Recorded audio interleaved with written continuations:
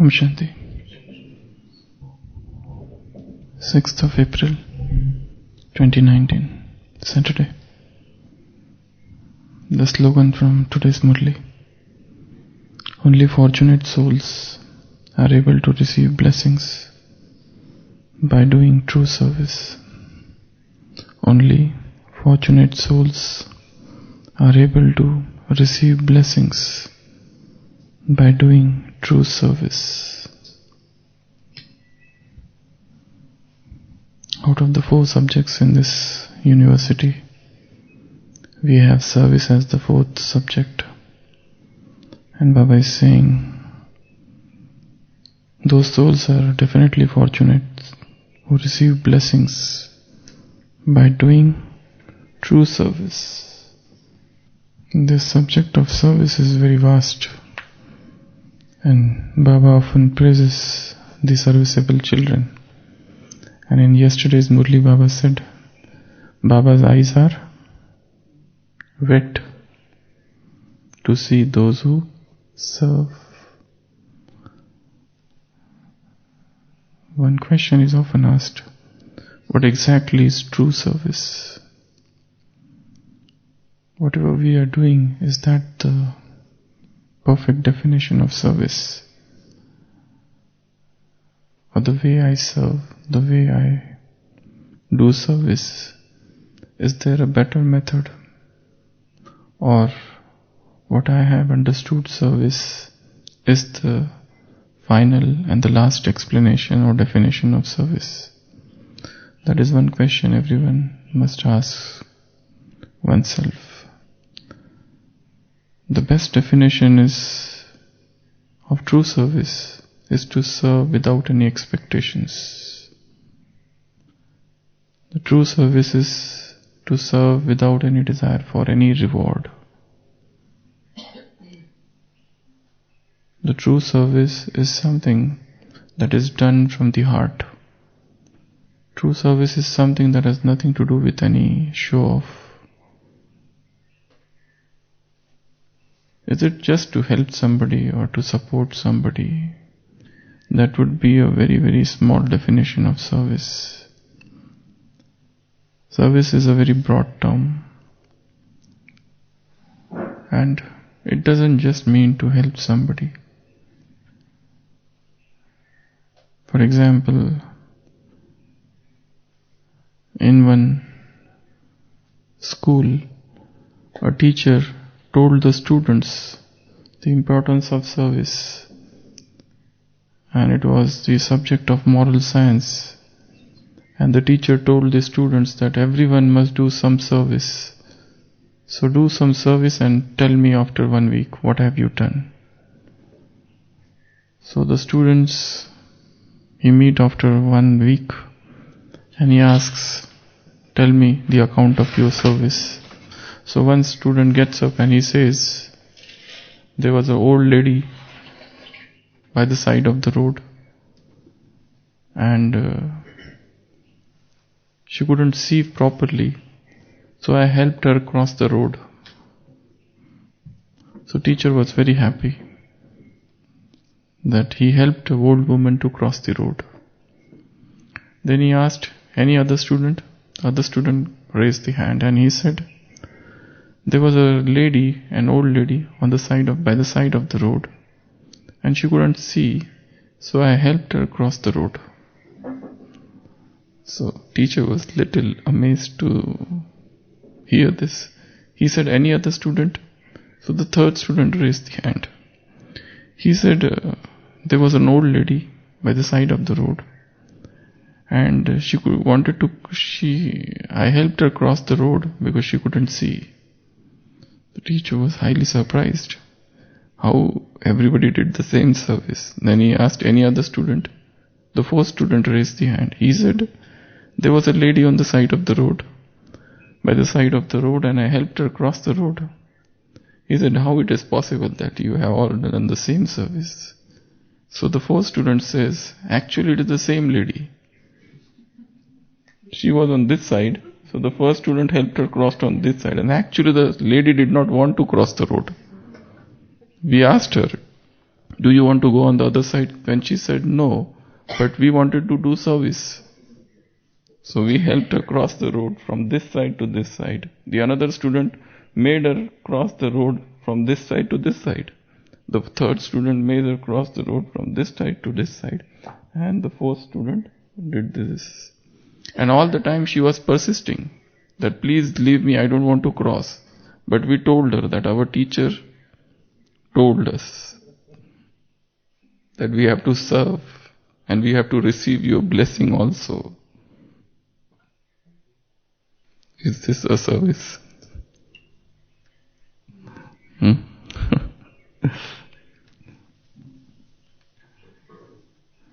In the world, people try to serve animals.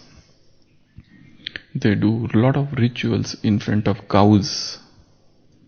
And the flame is so dangerous to the cow. The cow, they do arti in front of a cow. And the cow is afraid. And they say we are serving her. But in fact we are not serving her. There are people who have pet dogs and they make them wear jackets and probably the dog doesn't want all this, but they say we are serving him. Dog is often afraid of water, but they have opened spas and beauty parlors even for animals in the world, and they call it service. And people, they even say that our dog is suffering from depression. Why? Because earlier we did not have any child and we used to love our dog a lot.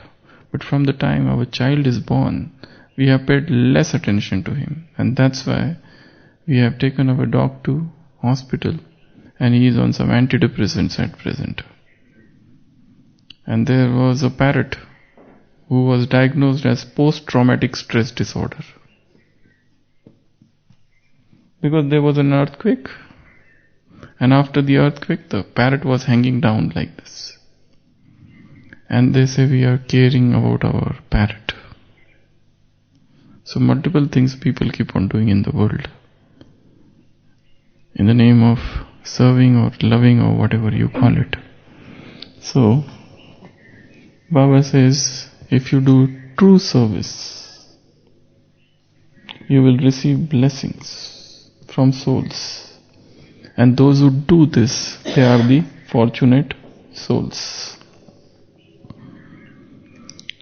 So when we say true service, what does it mean? As I said, the first definition of true service is, it has to be selfless. True service means you do it without any expectations. We don't want praise, we don't want appreciation, we don't want acknowledgement. We are just serving others for the sake of service. Service for the sake of service. It's not to gain something, it's not to achieve something. Whenever there would be selfish motive, that service is not true service. Even if it's like we are paying extra attention to some of the rich people and VIPs and we expect that they should become cooperative and then they should help us in our service at center. On the surface it looks okay, but then this is also not the true service. And that may make us resort to flattery. Flattering them. In English, beautiful word is there, sycophancy. Sycophancy is flattering, to become sycophant, to become a flatterer. So, our service is not about, it has to be as much selfless as possible. That is the first thing. The second thing about service is, it should be as per the Srimad. Whenever we try to break Srimad and serve other, whenever we try to breach the principles and laws of Srimad and try to serve others, just for the sake of giving them happiness, probably we might land up in trouble. So just see that our services are according to Srimad. All the service which is done in soul conscious stage are true services, where we ourselves are in soul conscious stage and we see others with soul conscious vision. These services are the true services. All the services which are done in supreme soul consciousness, that is remembrance, are true services. Where we are in Baba's remembrance, one is calm, one is quiet, one is not too much anxious, too much anxiety is not there. That time the real service takes place. When we are in Baba's remembrance. We are serving, but we have forgotten the one whom we are serving. That is not the true service. The service sometimes makes one so busy that even we forget that whom we are serving. And when such a stage happens, thing comes, then there is a conflict in service. Two souls, they come in conflicts. There is a friction of sanskars, and there is resultant fire of disturbance. So, service should start with Baba's remembrance. Service should end with Baba's remembrance and thankfulness. And in between also, there should be intermittent remembrance. Sometimes when it is a very intellectual service, you may not get time to remember him. At the beginning, you remember. At the end, you remember. In between, if possible, try to remember. But if sometimes it is highly intellectual service, so you have to pay full attention. So sometimes it is not possible. So Supreme Soul Consciousness. Then service has to be sacrifice. One has to sacrifice personal interests, personal ambitions, personal desires, personal comforts, personal time. That's a very important thing. To give time to somebody.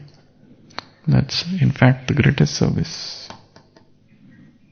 Everybody has everything, but nobody has time to give. So to give time is a great act of service. And if suppose somebody is giving us time, we should feel thankful to that person rather than taking it for granted. That is what people do. Even if somebody gives time, that is just taken for granted. So it has to be sacrifice. And then service has to be with a sense of surrender. Whatever we have done, we just surrender it. Now we have nothing to do with it. We did it and we surrendered it. So that there is no remembrance of it. So that we don't keep the account of services we have done. So service has to be selfless. Service has to be as per Srimad. Service has to be in soul conscious stage. Service has to be with supreme soul consciousness. Service has to precede it. It should be preceded by sacrifice. And service has to be with the sense of surrender. When these things will happen, that will be the true service. There are few other things which are associated with true service. Lot of attention should be there. We should be absolutely attentive while serving. It should not happen that we are serving and the result is disservice. We should be careful while serving. We should be in the stage of Trikaldarshi while serving. Thinking of knowing the three aspects of time. If this is the service I do, I should even know. I don't have the desire for result, but I must know the result, that this would be the result. Then service has to be with a sense of economy. It's not that you keep on spending money and money. Recently in the Avyakta Murli, which was played out in Shantivan, Baba, whilst talking with Bhopal group, said, bring newness in service. And what is the newness? It should be sweet and short. Less money. Less money should be spent. It's not that you spend money like water and then the ultimate result is nothing, and it is all senselessly spending money. So it has to be economical. Then service should be with a sense of detachment. I should not get attached to the service I am doing. Because if I get attached to the service, I want to do the same service, then I don't like. If suppose I'm told to do some other service, I don't like that. I should be given the same service. The sense of surrender is lost. There should be detachment. And then detached observership, sakshi. Even while serving, I have to maintain the sakshi bhav, the sense of detached observership. That this is a play which is going on. Baba said, service is like a toy. Baba has given in your hand so that you can remain busy. Otherwise there is no need for your service. If Baba wants, he can touch the multimillionaire and he will come and surrender all his wealth. He can touch the whole world, every soul. There is no need of your contribution. But we are contributing because Baba says you have to make your own fortune. So that's why I have to remain in that stage of detached observership whilst serving. There are so many things to remember while serving. It's not that just you go and do service and come back and then later on keep on repenting for the fights, for the conflicts, for the attachments you have developed in the service. In the name of service, something else is happening. Some self-deception or something like that. So, one has to be attentive. One should be in the stage of Trikaldarshi. One should be detached also. One should be a detached observer also whilst serving. And then service should be tailored according to the soul's internal desires. Baba says, feel the pulse, what they want. A student comes and he wants to achieve high marks, good marks in exam. We cannot start by explaining him the importance of brahmacharya. He will run away. An IT personnel comes and he wants some advice from spirituality that will help him become a better professional. So he should be given told only those things. We cannot start telling him about a cycle of 5,000 years. He is not interested in your cycle of 5,000 years. He is interested just in his profession and some leadership qualities. There is a couple who is disturbed in relationships. We have to give them only those advices regarding relationships. And there is a patient who is having a lot of psychological problems as well as physical problems. You cannot just tell him about God and all these things. First, he needs some treatment for his psychological disorder. We see in our OPD, there are patients who come to us with a lot of anxiety. Too much anxiety. They are so anxious about everything. There are patients who suffer from acute depression. There are patients who suffer from grief reaction. What is grief reaction? Suppose somebody has died. There's a family who is in Gyan. Everybody is in Gyan. The mother has died. The children are there. They know that soul has left the body. They have all the knowledge. They all listen to Murli. But yet, there is a sorrow. Yet, there is a grief. And that is known as grief reaction. This needs treatment. And that's what the mistake Jnani people do. They suppress it. They have a strong attachment, but the whole family is in Gyan, and somebody dies or somebody is very sick. They don't cry. They want to cry, but they don't cry because what the Brahmin family will say, that we are not true yogis, and there is a separation. And gradually that separation turns into depression. And that depression tortures them a lot. There are jnani souls who are frustrated in career. They need treatment or counseling, career counseling. Without that, nothing of your jnana is going to help. I am right now talking about within the family only. If in the family, those who are jnani souls, so those who listen Murli every day, this is the state of the affair, what do you think of what is happening in the world? People get drowned in sorrow for years together. Suppose a man is there and his wife dies. The person is in sorrow for next 10-20 years. We have seen that.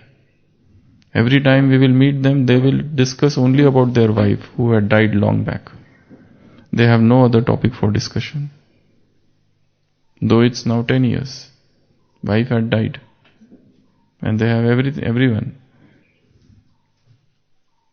But the only discussion is about their wives. So, in spite of having knowledge, human bonds, connections, attachments, they are there. So one has to understand with what mindset the soul has come to me and what I should give to him. I cannot just start every time with Atma, Paramatma and all that thing. I cannot start every time with 5,000 year cycle and God has come. He has no interest in your God. Let the God come. What is that to me? I have no business, even if he comes or doesn't come. What I will do? Is he going to change the problems or solution, the difficulties of my life? No. So, Baba says, check the pulse. What he wants. What is the deepest desire? If any person comes to center, why he has come? The first question is this. Don't put the petrol pump of this into his head and start pouring knowledge. Why he has come? Has he come because somebody has sent him? Or he has come on his own? What is his desire? Has he come for knowledge? Has he come because he has some interest in spirituality? Has he come because he wants to know more about Brahma Kumaris? Has he come because there is a lot of controversies and he wants to find the truth of those controversies? Why he has come? Or he is just influenced? Because many people are told it's very good, you should go. Does he want peace of mind? Does he want to develop some qualities? What? So it's very important. So true service means to know why the soul has come. And the last thing about service is Sakash. Whosoever we serve, we have to establish a strong link with him. A deep spiritual connections with him. If this is a universe, it's the ocean of vibrations. Every soul is connected to another soul in some way or other.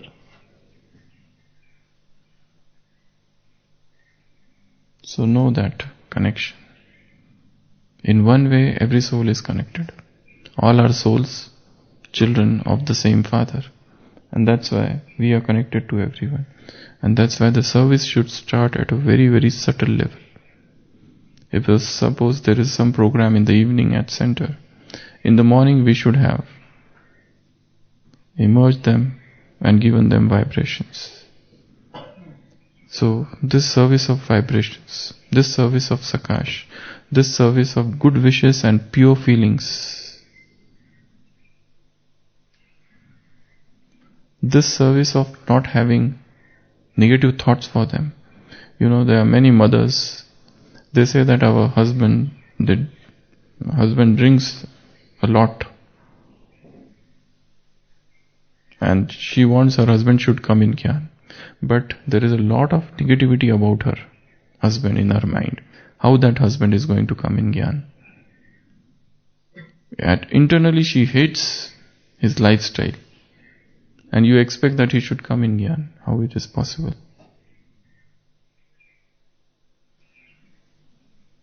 So, good wishes and pure feelings. That is also necessary for true service. So today's slogan is, who are the fortunate souls? Those who receive blessing. When you serve in this manner, including incorporating all the aspects of service, then you do true service. So only fortunate souls are able to receive blessings by doing true service. So this was today's slogan. So churn it more, try to understand it, go into the depth of it. Om Shanti.